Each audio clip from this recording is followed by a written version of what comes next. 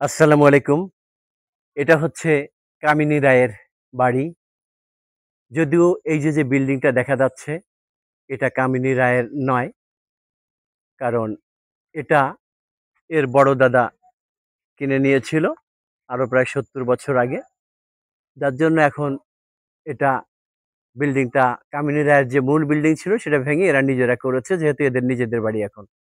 তবে এটা কবি কামিনী রায়ের বাড়ি যেটা এই ছেলেটা নিশ্চিত করল যে তার দাদা কিনেছিল এবং এখানে অনেক মানুষ আসে। বড় দাদা কিনেছিল। অনেক মানুষ এখানে আসে। আমার দিকে ঘোরাবা। তা কামিনী রায় আসলে জনম দুঃখী। ১৮৬৪ সালের ১২ই অক্টোবর তিনি জন্মগ্রহণ করেন। তখনকার সময়ে উনি ১৬ বছরেই মেট্রিক পাস করেন বেথুন ফিমেল স্কুল থেকে। তারপরে ইন্টারও করেন ওই স্কুল থেকে। তারপরে ডিগ্রিও করেন ওখান থেকে অনার্স সহ এবং উনি হচ্ছেন এই ভারতবর্ষের ১ম গ্র্যাজুয়েট কামিনী রায়।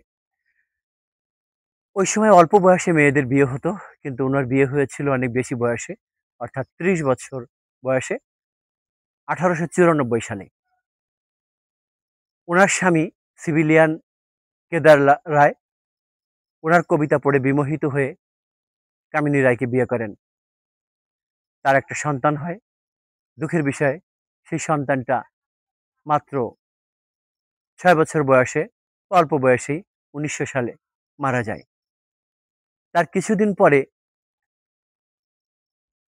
কামিনী রায়ের বোন কুসুম মারা যায়, আরেক ভাই মারা যায়। তার কিছুদিন পরে আবার কামিনী রায়ের স্বামী তিনিও মারা যান এবং তারও তার আগে তার বাবাও মারা যায়। এর কিছুদিন পরে ১৯০৭ সালে তার আরো ২ সন্তান তারাও মারা যায়। অর্থাৎ কামিনী রায়ের বাবা-মা মারা গেল, স্বামী মারা গেল, ৩ টে সন্তান হয়েছিল, সেই ৩ টে সন্তানও মারা যায়। কি জনম দুঃখী! ১৯৩৩ সালে এই কামিনী রায় মারা যায়। অর্থাৎ ৭৭ বছর বয়সে। বেশ কষ্ট লাগে। আসলে ইতিহাসে অনেক দুঃখী মানুষ আছে। তার মধ্যে কামিনী রায় একজন এবং মনু মিয়া মালকা বানু সেই আমরা কাহিনী শুনেছি। সে মনু মিয়াও খুব দুঃখী ছিল। তার কোনো সন্তান ছিল না। তার ২ টো বিয়ে হয়েছিল। কিন্তু কোনো ঘরেই সন্তান হয়নি। এই কামিনী রায়ের বাড়িটা দেখার জন্য আমি কয়েক মাস আগে জানুয়ারির ৪ তারিখে এসেছিলাম। কিন্তু দেখতে পারিনি। আজকে সন্ধ্যা হয়ে গেছে। তবু দেখলাম এই মাগরিবের সময়। আর দেখতে পাবো না হয়তো। যার জন্য এখানে এসে দেখে গেলাম। আমরা তার জন্য দোয়া করি। আর কামিনী রায়ের ধামরাইতেও বাড়ি আছে। আর বরিশালে হচ্ছে এই বাড়িটা। আসলে আমি চিনি না। তবে যতটুকু শনাক্ত করা গেল এই বাড়িটা এই ছেলের বাবা বড় দাদা কিনে নিয়েছিলেন বহু বছর আগে। সেই ক্ষেত্রে এখন এরা এই বাড়ির মালিক এবং সেই বিল্ডিংটা নাই। সেই বিল্ডিংটা ভেঙে দিয়ে এরা এদের মতো বাড়ি করেছে। ওইদিকে একটু দেখাই। হ্যাঁ, এ হচ্ছে গাছগুলো। এখন গাছগাছালি আছে। আমি দোয়া করি বাবুটা এরা সবাই ভালো থাকুক। সবাই সুন্দর থাকুক।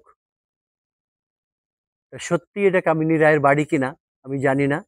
তবে আমি এই বাবুটাকে জিজ্ঞেস করছি। ও বলছে, "হ্যাঁ, এটাই কামিনী রায়ের বাড়ি।" বাবু তুমি সত্যি বলো, এটা কি কামিনী রায়ের বাবু নাকি অন্যটা? এটা নিয়ে এটাই হলো কামিনী রায়ের বাড়ি। আমার আব্বু বলছিল এবং আমার অন্য আত্মীয়স্বজনের জিজ্ঞাসা করছিলাম। এটা হলো এদের বাড়ি ছিল আগে। পরে আমার বড় দাদা এই জায়গাটা কিনছে। তারপর প্রায় ৯০ সনের দিকে অথবা ২০০০ সনের দিকে, ঠিক পরিষ্কারভাবে তো আমি জানি না। আমার আব্বু এবং কয়েকজন আত্মীয়স্বজন, আমার চাচাও ছিল, তারা পুরনো বাড়িটা ভেঙে তারপরে নতুন বাড়ি গড়ে তুলছে।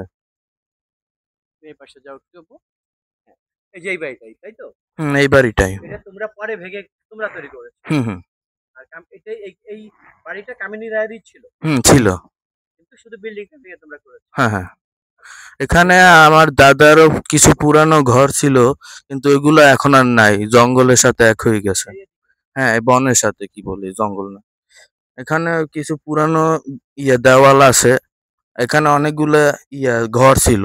একটা গরুর ঘরও ছিল, এখন আর নাই।